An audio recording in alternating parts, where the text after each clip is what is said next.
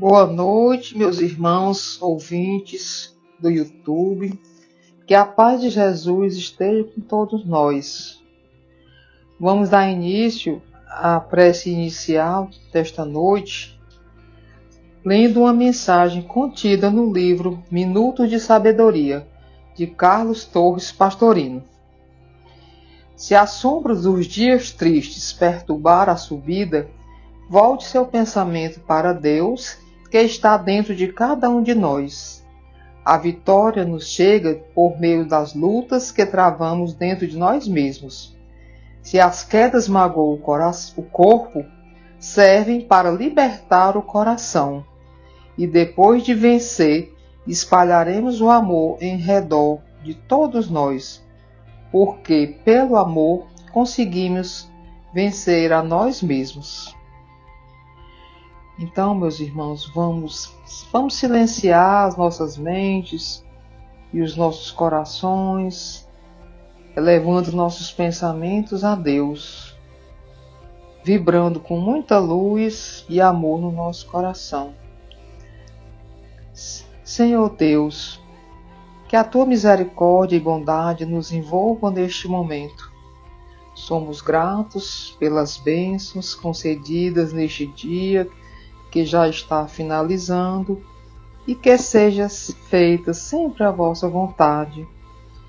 Rogamos de Jesus que nos abençoe, que nos ilumine, que fortaleça a nossa fé, que todos os que estejam sofrendo de males físicos, emocionais, espirituais, sejam amparados. Conduz-nos, Jesus, pelos caminhos do bem, e que a Tua paz, a Tua luz, envolvam-nos por hoje e por todo sempre. Que assim seja.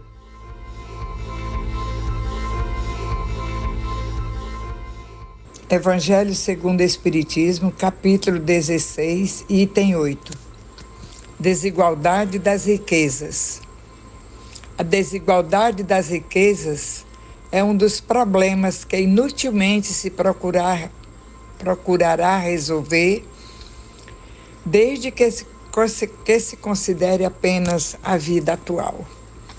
A primeira questão que se apresenta é esta: por que nem todos os homens são igualmente ricos?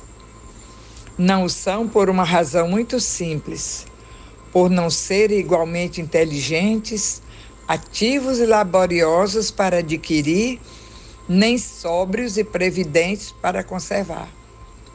É, aliás, ponto matematicamente demonstrado que a riqueza, repartida com igualdade, daria a cada um parcela mínima e insuficiente, que, supondo-se efetuada essa divisão, o equilíbrio estaria desfeito em pouco tempo, pela diversidade dos caracteres e das aptidões, que, supondo-a possível e durável, tendo cada um somente com que viver, o resultado seria o aniquilamento de todos os grandes trabalhos que concorrem para o progresso e para o bem-estar da humanidade, que, admitindo que ela desse a cada um o necessário, já não haveria o aguilhão que impele os homens às grandes descobertas e aos empreendimentos úteis.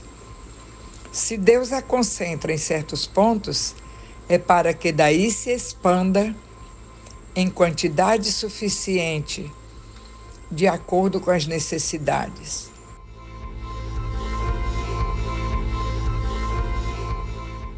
Boa noite a todos os irmãos de caminhada. Estamos em mais um Evangelho à Luz da Doutrina Espírita.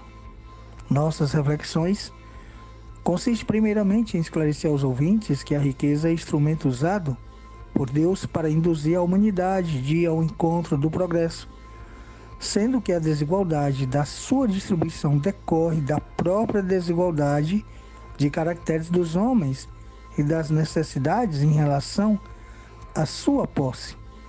Kardec aborda questões importantes. Uma delas é em relação à pergunta: Porque todos os homens não são igualmente ricos? E a resposta é única e direta. Porque não são todos igualmente inteligentes, ativos e laboriosos para adquirir, nem sóbrios e previdentes para conservar.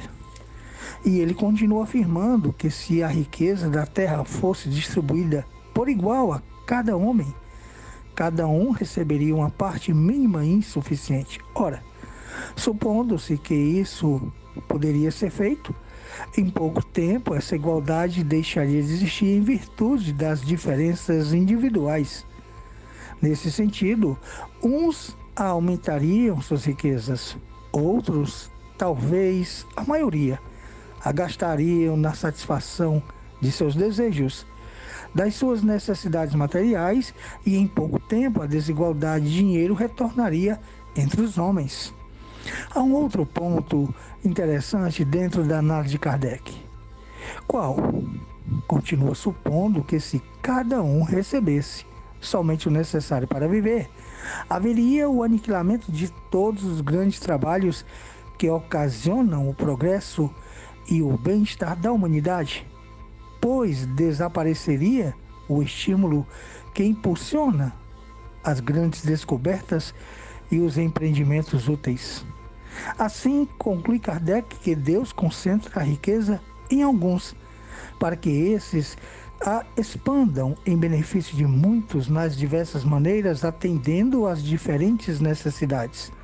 Deixemos claro que o espírito, tendo o livre-arbítrio, caberá ele mesmo saber aproveitar a oportunidade, ou seja, se utilizar bem ou mal a fortuna. Se utilizar bem, continuará avançando na escala evolutiva. Se fracassar, sofrerá as próprias consequências. Sigamos com Jesus. Muita paz.